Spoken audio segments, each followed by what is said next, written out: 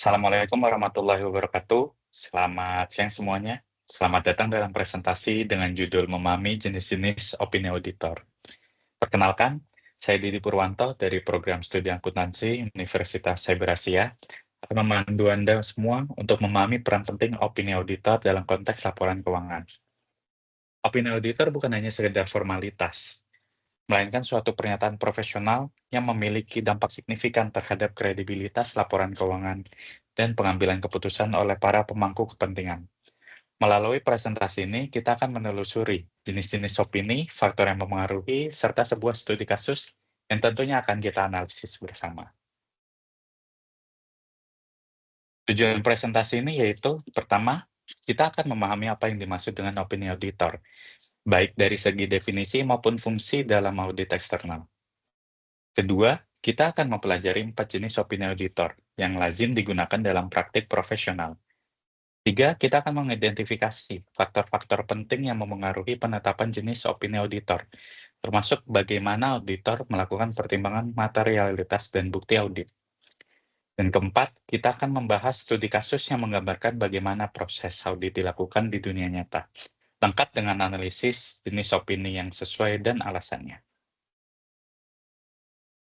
Pengertian opini auditor. Opini auditor adalah pernyataan resmi dari auditor independen setelah melakukan pemeriksaan terhadap laporan keuangan suatu entitas.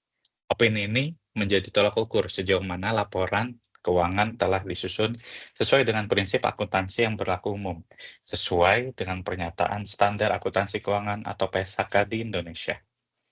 Opini auditor merupakan hasil dari prosedur audit yang dilakukan secara sistematis untuk menilai kewajaran informasi dalam laporan keuangan.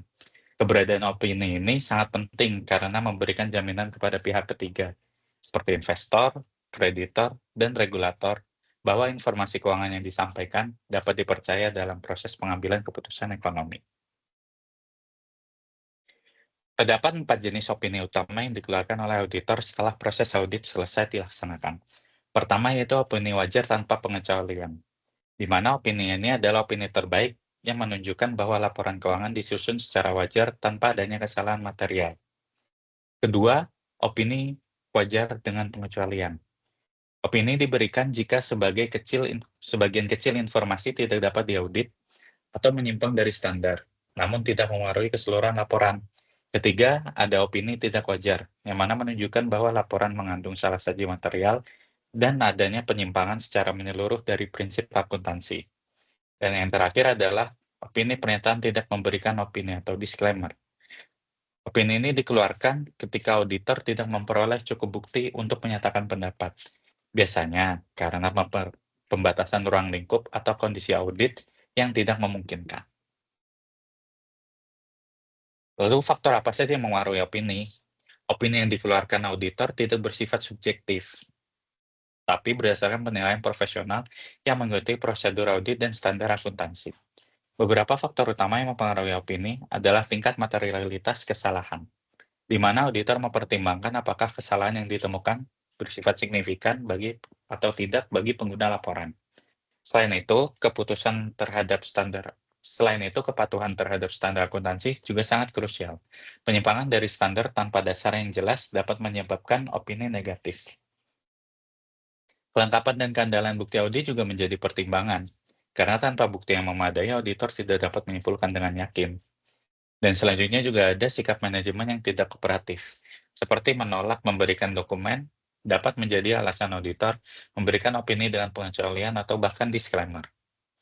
Terakhir, cakupan dan batasan ruang lingkup audit seperti bencana atau keterlambatan audit juga sangat mempengaruhi hasil akhir dari audit tersebut. Selanjutnya kita akan masuk ke studi kasus. Di sini saya mengangkat studi kasus pada PT Sinar Jaya. PT Sinar Jaya adalah perusahaan manufaktur yang diaudit oleh Kantor Akuntan Publik atau KP. Pada audit tahun 2024, ditemukan bahwa perusahaan tidak memberikan akses kepada auditor untuk memverifikasi persediaan sebesar 4 miliar rupiah. Padahal, total aset perusahaan sebesar 40 miliar rupiah dan persediaan adalah salah satu akun penting dalam perusahaan manufaktur. Meski demikian, seluruh aspek lain dari laporan keuangan telah disusun sesuai PSAK dan didukung oleh bukti audit yang cukup. Pertanyaannya adalah, apakah pembatasan ini berdampak signifikan terhadap opini auditor? Kita akan bahas pada slide berikutnya. Analisis dan penyelesaian. Analisis menunjukkan bahwa terdapat pembatasan ruang lingkup audit terhadap akun persediaan yang nilainya 10% dari total aset perusahaan. Meskipun nilainya signifikan, pembatasan ini tidak bersifat menyeluruh, karena bagian lain dari laporan keuangan telah diaudit secara memadai. Karena itu, auditor tidak bisa menyimpulkan sepenuhnya atas persediaan, namun tetap bisa menyatakan kewajaran atas bagian lainnya. Dalam situasi seperti ini, opini yang paling tepat adalah opini wajar dengan pengecualian. Opini ini menunjukkan bahwa secara keseluruhan laporan keuangan disusun dengan wajar. Namun ada bagian tertentu yang tidak bisa diaudit karena adanya keterbatasan akses. Nah, lalu contoh opini yang tepat dan relevan dengan studi kasus ini adalah sebagai berikut. Menurut opini kami, selain untuk dampak yang mungkin timbul akibat tidak dapatnya kami memperoleh bukti audit yang memadai atas akun persediaan, laporan keuangan PT Sinar Jaya telah disajikan secara wajar dalam semua hal yang material sesuai dengan prinsip akuntansi yang berlaku umum di Indonesia. Kutipan seperti ini merupakan kalimat standar dalam opini wajar dengan pengecualian, yang memperjelas bahwa hanya satu akun yang bermasalah, sedangkan bagian lainnya dapat dipercaya. Kesimpulannya adalah, sebagai penutup, kita dapat menyimpulkan bahwa opini auditor memainkan peran sentral dalam proses audit. Opini ini tidak hanya mencerminkan kewajaran laporan keuangan, tetapi juga menjadi cermin integritas dari perusahaan itu sendiri. Jenis opini yang diberikan sangat bergantung pada banyak faktor, seperti kesalahan material, kepatuhan terhadap PSAK, dan juga sikap manajemen. Studi kasus PT Sinar Jaya menunjukkan bahwa satu area bermasalah bisa menghasilkan opini wajar dengan pengecualian, asalkan bagian lainnya tidak terdampak.